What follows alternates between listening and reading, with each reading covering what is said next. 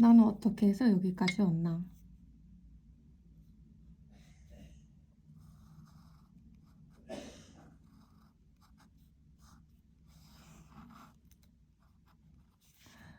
내가 모르는 것이 있다는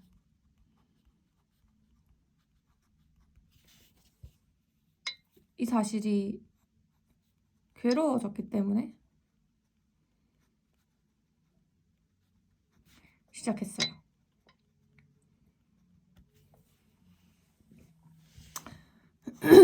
모르는 것이 있다는 거. 예를 들면 이런 거죠. 이제 어떤 그런 경험이 있었다는 거지. 예를 들면 이건 너무 내 얘기긴 한데 중3까지는 어떤 뭐 공부가 쉽죠. 그래서 이렇게 나한테 쉬운 거를 나도 뭐 딱히 공부를 열심히 한 게 아니야. 그런데 그냥 보면 딱 이해가 되는 그거를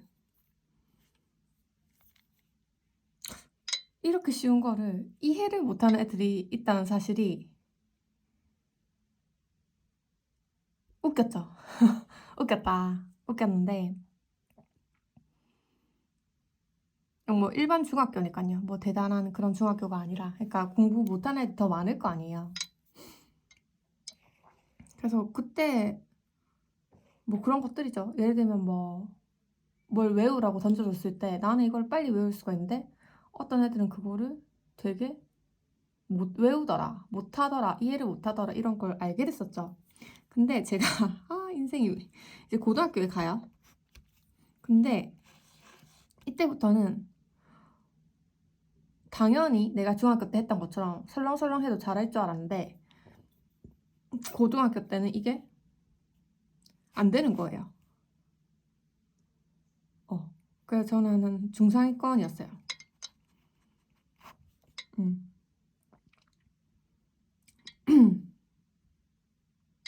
그러니까 이걸 어떻게 표현하면 2등급은 쉽게 나오는데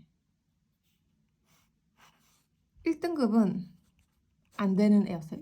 내가 도대체 여기를 어떻게 올라가야 될지 모르겠는 거야. 2등급, 3등급은 되게 쉽게 나오는데 뭐 3등급 나오면 이제 짜증나죠. 어쩌다 한 번씩 나왔으니까. 거의 2등급 때였거든요. 저는 성적이.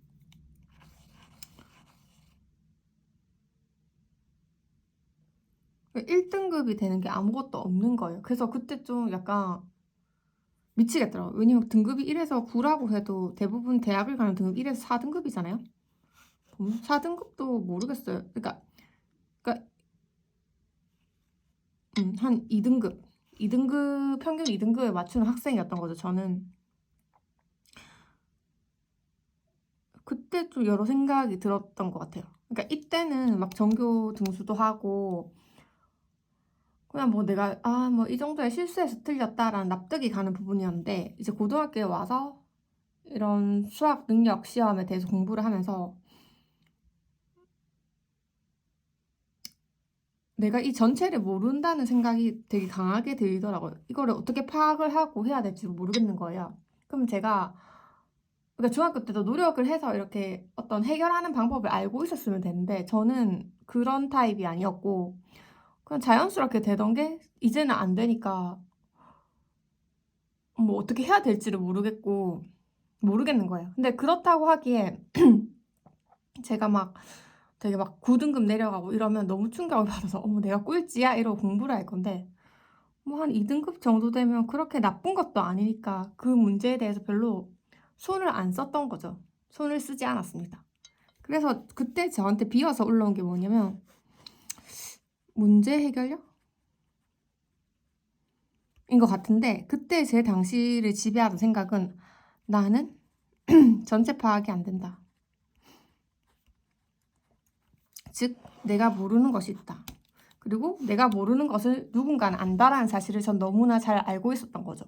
왜냐하면 이때의 경험 있잖아요. 이때 나는 이게 전체가 보이는데 난 여기서 전체가 보이는데 여기에도 많은 사람이 있다라는 생각을 했었고, 그럼 제가 어떻게 된 건지는 모르겠지만 나는 이제 더 이상 이 자리에 있는 게 아니고 이 어디 중간에 있구나. 중간에 있기 때문에 내가 여기랑 여기를 못 보구나. 이게 어떤 내가 모르는 어떤 부분이다. 그래서 이거를 반드시 알아야겠다 이런 생각이 있었어요. 그런데 이제 그때 제가 전체 사회를 보게 되는 거죠. 그래서 이걸 도대체 누가 알려줄 것인가를 생각을 하면 제 주변에는 없었던 거예요. 네, 우리 엄마 아빠도 사회에서 1등이 아니잖아. 내가 모르는 걸 우리 부모님들도 몰라.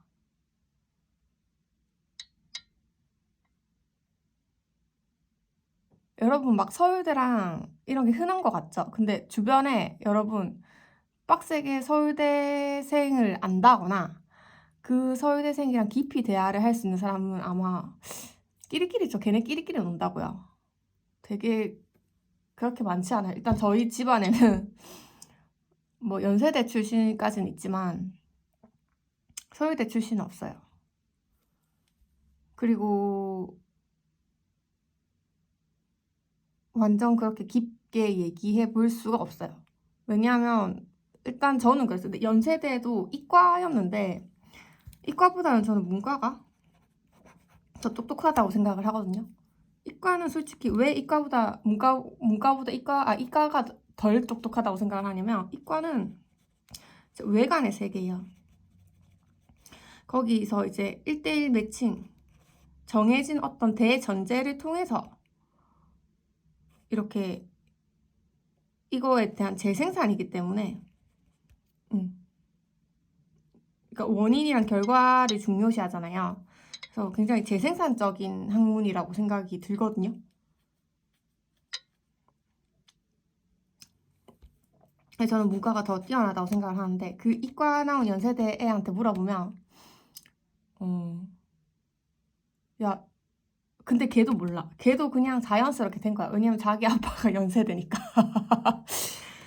좀 그런 거. 도대체 그래서 근데 너무 이해가 되죠. 왜냐면 제가 이럴 수 있었던 건 저희 엄마도 중상위권인 사람이었기 때문에 저한테는 그런 환경이 익숙했던 거죠. 그러면 내가 이 위에 거를 상위권의 뭔가를 알려고 하면 그걸 배우기가 되게 어떻게 해야 될지를 몰랐던 거죠. 왜냐면 내 세계랑 내가 익숙한 어떤 틀은 중상위권인데 도대체 상위권의 틀이 뭔지 알 수가 없는 거지. 그래서 제가 이걸 알아내려고 굉장히 이제 하다 보니까 여기까지 왔다는 생각이 들어요.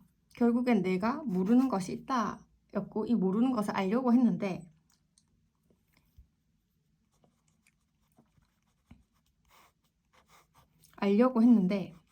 누가 정답을 알고 있는 사람을 찾아서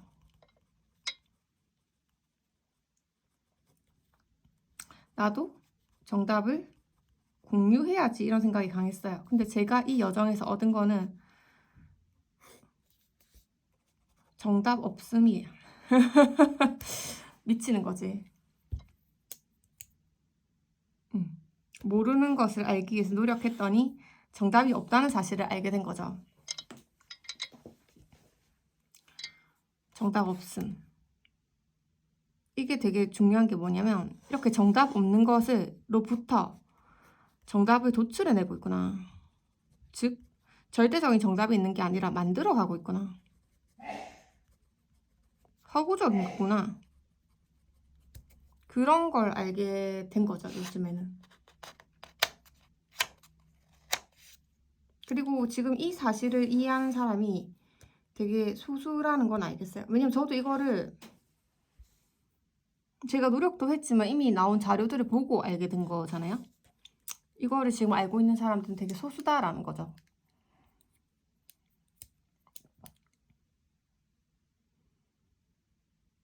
그리고 이런 것에 대해서 되게 흥미롭게 설명하는 이론이 저는 뭐 라캉의 정신분석학을 주축으로 한 어떤 내용들이기 때문에 흥미롭게 보고 있거든요. 뭐냐면 라캉은 상승계랑 실질계를 얘기를 하는데 얘는 이미지잖아요. 이미지에 새긴 거야. 근데 이게 우리가 보면 뭐냐면, 그러니까 우리의 인식 구조라고 해도 될까요? 근데 이게 이미지의 세계인데,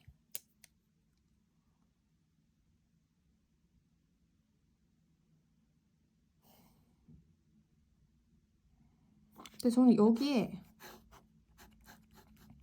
근데 이거는 제가 생각하는 아칸의 이론이에요. 그러니까 생톰이란 게 있어요.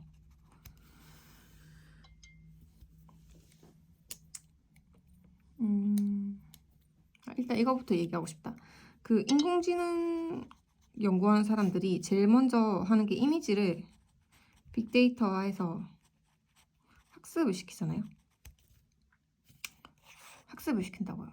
그러니까 제가 봤을 때 그냥 이 지구에서 정점에 서는 인간은 가장 지능이 높은 사람이다라는 건 변함이 없어요. 이 사람은 여기서 전체가 다 보인단 말이에요.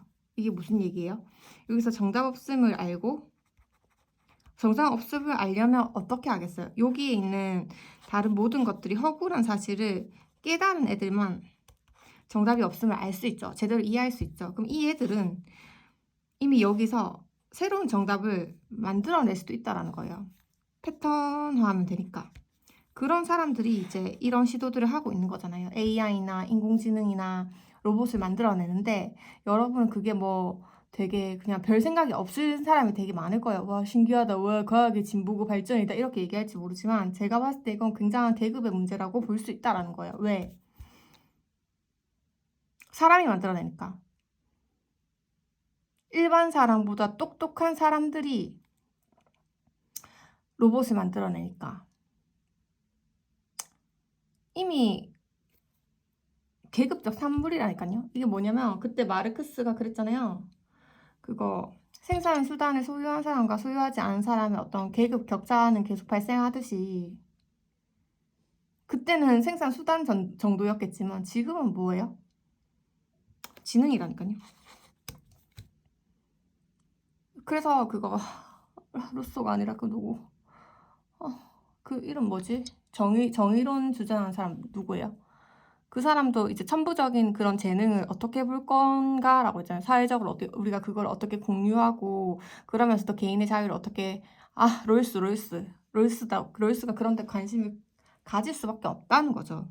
이렇게 지능이 높은 사람을 어떻게 우리가 막을 거예요? 얘는 이제 지 노력이라던가 지가 천부적으로 타고난 어떤 그런 차이에 의해서 자기답게 사는 게 지능이 높은 사람인데, 이런 사람들의 행동을 어떻게 우리가 막을 거냐는 거예요.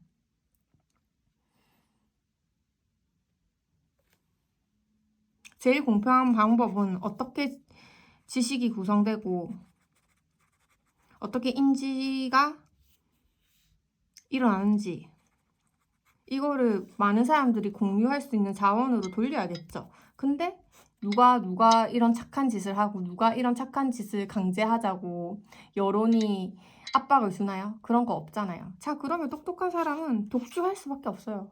봐요. 얘네가 정말로 세계를 사랑한다면 진짜 나는 음흉하다고 생각해. 얘네가, 이 지능이 높은 사람들이 정말로 자기 외에 어떤 인류나 지구나 세계를 사랑한다면, 같은, 그래도 자기 다음으로 지능이 높은 다른 우리 평범한 인류들한테, 동물보다는 우리가 평범한 인류가 지능이 높잖아요. 이 사람들한테 어떤 자원을 공유를 해야 되는데, 똑똑한 자원을, 그런 거 안 하잖아. 대신에 로봇을 만들어냈다. 자기 좋을대로 하는 거지. 그리고 이 로봇을 멍청한 나머지 인류 너네가 살아, 이런 구조를 견지하고 있다라는 거죠. 나쁜 거 아니에요. 근데 되게 나쁘다고 공격하면 사회주의냐 공산주의냐라고 하겠죠. 근데 저 같은 사람도 있을 거라는 거. 그래서 저는 이런 내용을 좀 알리는 입장에 서고 싶다라고 생각을 해요. 저도 알아요. 내가 로봇을, 똑똑한 사람들이 모여서 로봇을 만들어내서 이 로봇을 멍청한 사람들이 쓰게 하는 식으로 사회를 굴려 나가는 것. 이 원숭이 꼬신이잖아요, 결국. 무슨 말인지 알아요? 응? 원숭이 꽃신이잖아요. 오소리가 원숭이한테 꽃신을 만드는 방법을 알려주란 말이에요. 저는 그런 걸 하자는 거예요. 근데 오소리는 절대 안 알려줘. 원숭이가 꽃신에 취하게 만들어 놓고 꽃신을 만드는 방법은 절대 안 알려줘. 대신에 자기한테 꽃신을 사라 그래. 그죠? 근데 여기서 내가 그러면 원숭이 편만 이렇게 드냐, 노동자 편만 드냐, 그런 거 아니에요. 노동자들도 왜 멍청하게 자신의 어떤 지능을 개발하는 어떤 그런 일을 게을리 하냐는 거예요. 지금 격차가 있잖아. 떠먹여주기만을 바라면 안 되지. 스스로 깨닫고 스스로 할 수 있다고. 근데 그런 거를 안 하잖아. 누구나 수능 100점 맞을 수 있다고요. 수학 기초 능력 시험이잖아요. 기초적으로 이건 인간이 노력하면 도달할 수 있는 범위라고 하지만 수능 만점 맞는 사람 몇 명이냐고요. 나머진 노력 안 했다는 걸로 말할 수도 있겠죠. 내가 보니까 그래. 다 능력이 있어. 그렇기 때문에 이런 다양성 때문에 격차가 생길 수밖에 없긴 하겠지만 이 사실에 대해서는 이제 얘기는 해줘야 된다라는 입장이죠.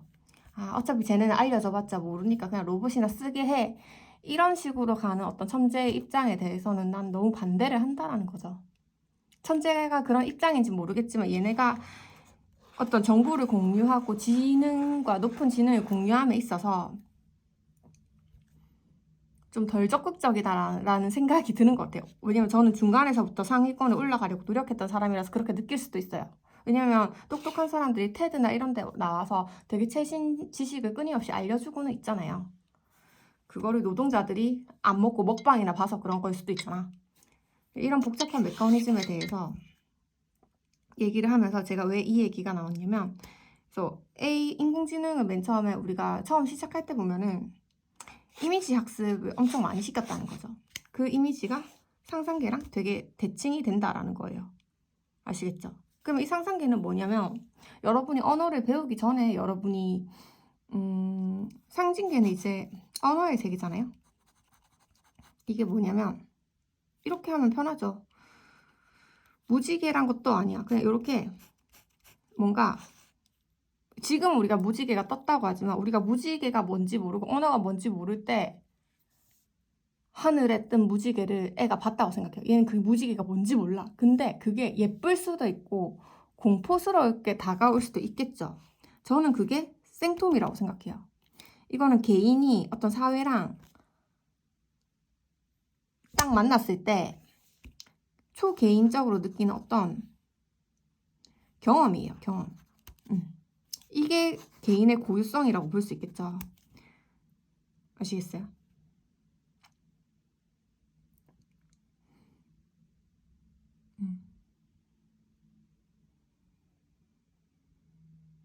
그 여기에 주의상스가 있겠죠. 가장 큰 쾌락이 있을 거란 얘기예요. 그러면 그러면 이게 먼저야라고 하기에는 여기서 우리가 어떤 인식이 일어나는지는 모르겠지만 뭔가 여기서의 어떤 강력한 작용이 있다는 걸 밝혀낸 게 라캉이잖아요. 그리고 어떤 이미지들이 이렇게 그냥 있다라는 거예요. 이게 나중에 이 이미지랑 1대1로 대응돼서 무지개, 7색깔 이런 것들이 정보로서 연관이 되면서 상징계가 구성된다라는 거예요. 근데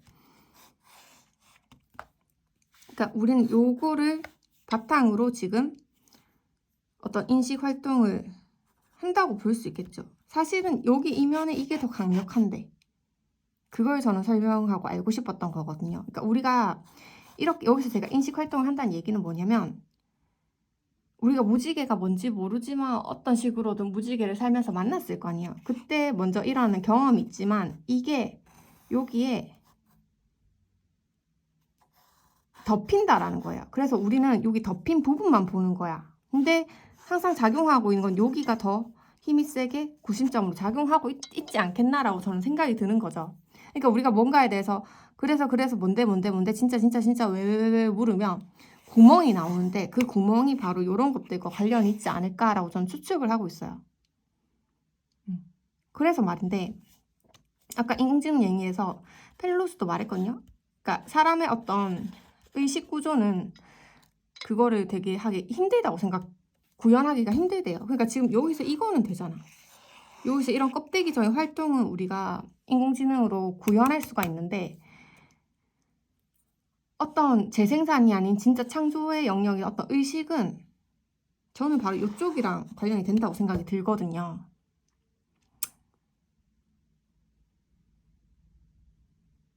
그리고 바로 이게 약간 실제계가 아니겠느냐라고 저는 보고 있어요. 근데 지식은 좀 다르게 보더라고요. 상상계랑 상징계가 교차하는 어떤 지점에 실제계가 있다고 하는데, 그건 그 사람이 유물론자이기 때문에 가능한 설명 같아요.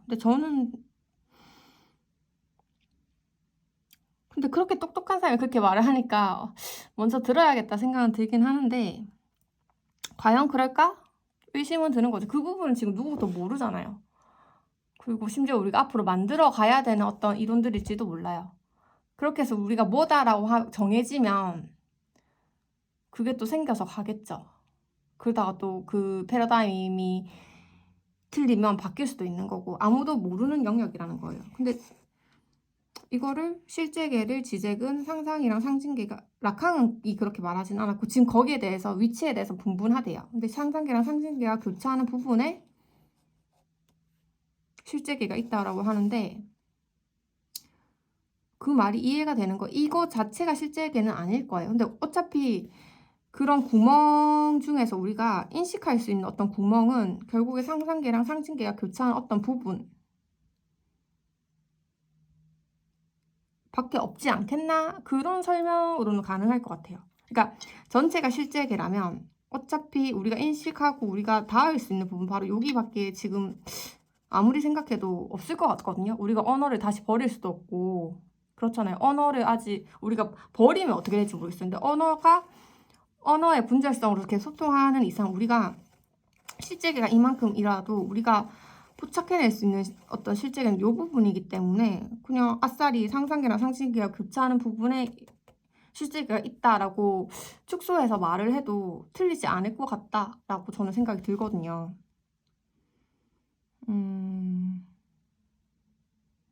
근데 이게 의식이랑도 비슷한 거죠. 우리가 여기서 선택할 수 없는 것을 선택하고 결정 불가능한 것을 결정을 한단 말이죠. 근데 인공지능은 그렇게 어떤 알고리즘이 짜여있지 않은 거에 대해서는 못한단 말이에요.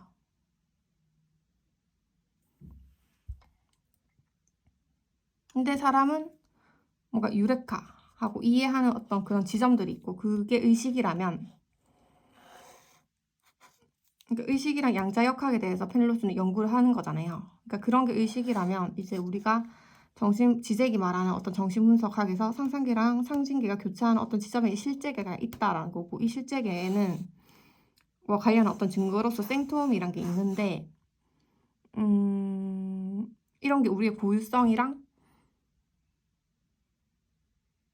관련이 있을 것 같다라는 거죠. 그러니까 고유성이라는 것도 나 혼자 살아가는 게 아니잖아요. 내가 세계 속에서 살아가잖아요. 그 세계를 만날 때 나의 어떤 특이적인 반응인 거죠. 내 스스로 창조해냈고 누구도 가르쳐주지 않았지만 내가 내 스스로 한 것. 그래서 고유성인 거잖아요. 그런 게 개인한테 다 씨앗으로 있다라는 거죠. 그리고 창조는 아마도 그런 고유성을 좀 물질화하지 않았나.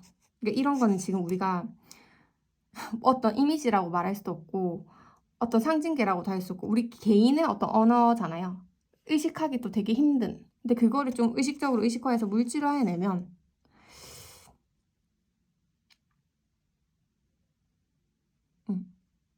그럼 생통이랑 어떤 대상 A란 건 뭐겠어요? 그러니까 둥근 사각형이란 말이죠. 뭐라 할 수가 없지만 있는 어떤 개인의 고유성이라는 거죠. 내가 세계와 만난 경험이고. 그래서 그거를 둥근 사각형에서 이제 뭐 사각형이라 하든지 별이라 하든지 뭘로 만들 거 아니에요. 그러면 이제 어차피 이런 개인의 고유성은 비물질적인 어떤 라멜라 같은 거기 때문에 이렇게 하면 완전히 정신의 물질에 담지 못하는 건 맞지만 그래도 우리가 뭔가 새롭게 창조해내는 창조가 여기에 있을 수밖에 없고 고유성의 증명이고 실제계랑도 관련이 있으면 인간의 어떤 의식 능력이고 반드시 또 지능이랑도 관련된 문제일 것 같다라는 거죠. 그러니까 우리 인류가 되게 뭐 큰 발전이라고 했던 전체 프로세스가 사실 이런 프로세스에 의해서 단지 이루어졌지 않을까라는 어떤 결론에 도출을 하면 이거를 일반 사람들도 되게 천재가 될 수 있는 하나의 방향성이 될 수가 있는 거 아니겠어요? 그래서 저는 이런 거 알리는 게 되게 중요하다고 생각이 드는데,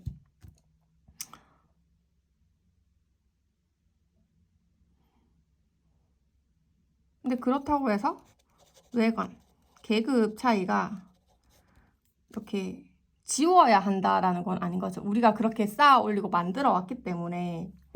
이게 무슨 말이냐면,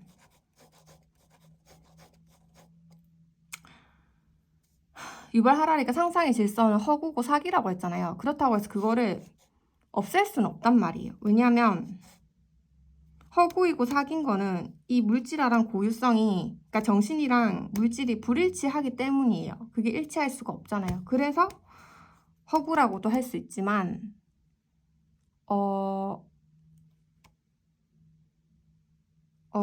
얘가 어떤 그런 정신을 담으려고 그 정신에 대해서, 정신을 우리가 살아가기 때문에 그 정신을 우리는 외관으로밖에 접할 수밖에 없기 때문에 만들어낸 거라서 그거를 막 없애고 이러는 거는 말이 안 된다는 거죠.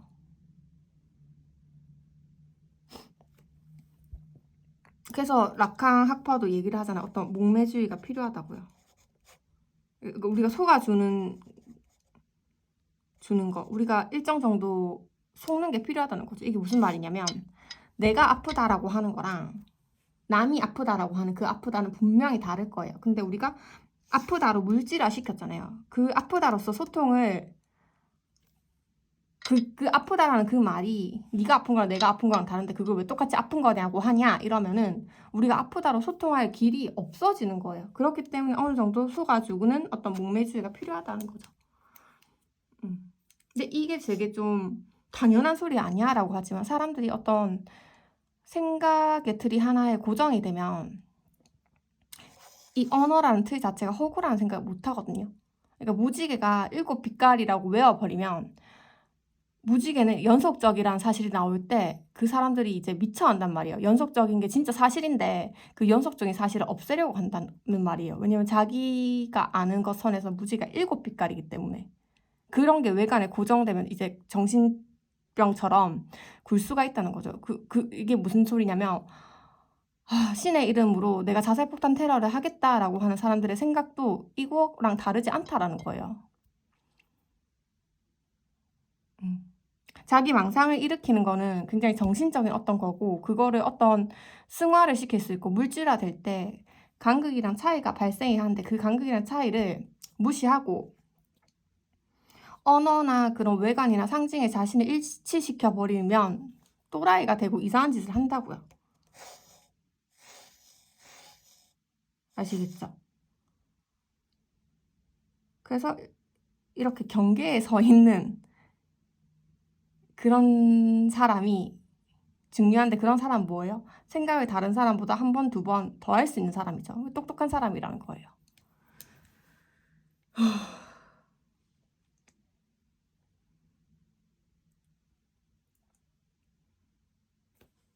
그래서 제가 하고 싶은 건 뭐냐?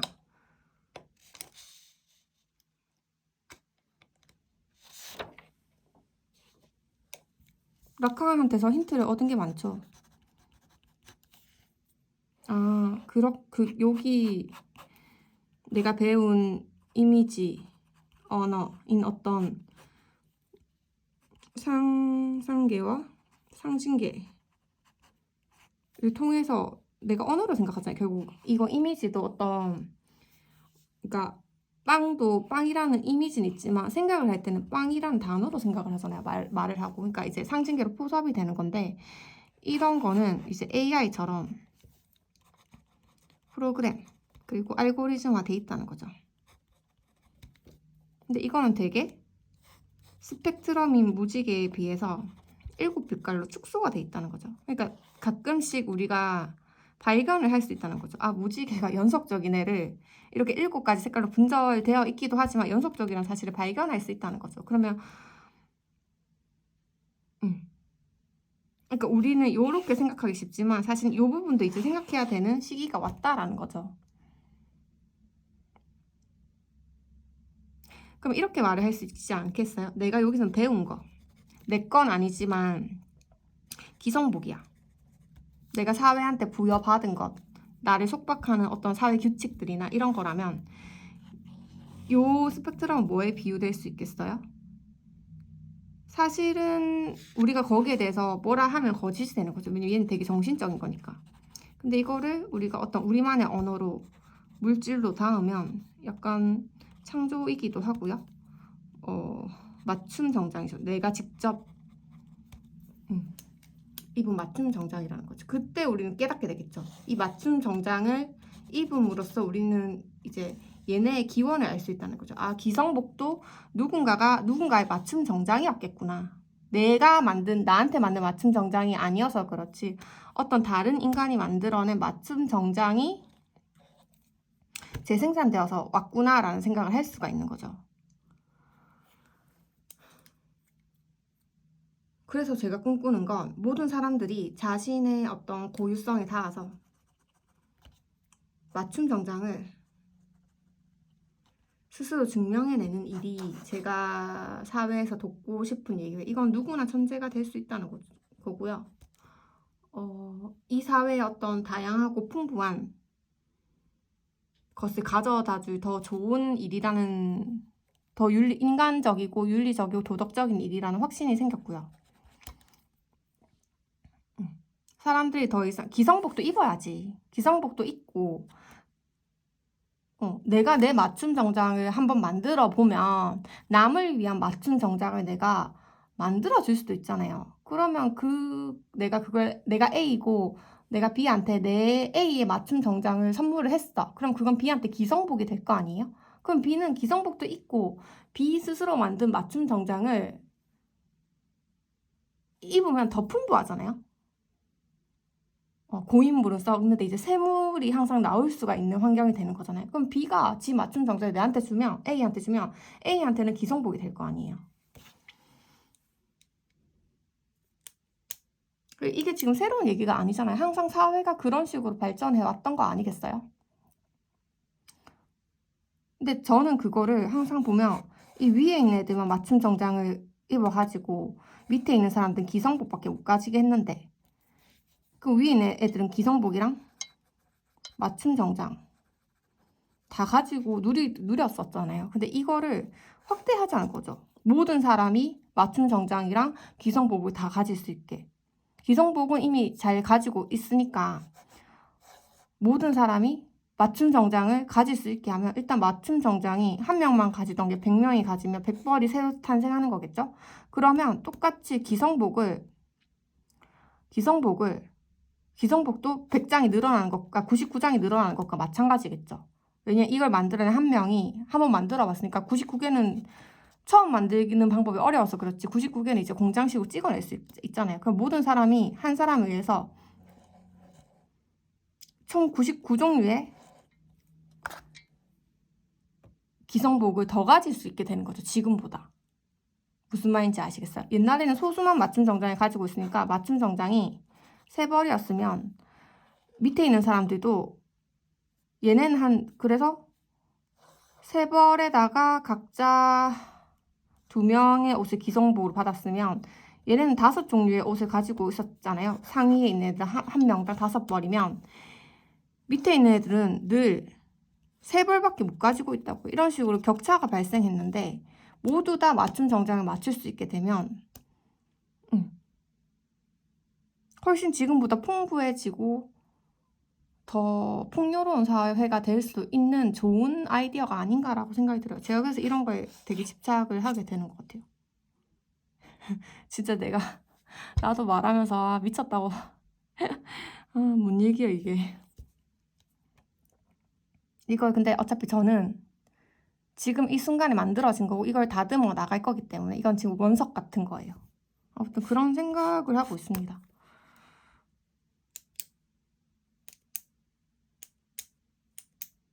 마지막으로 덧붙일 이야기는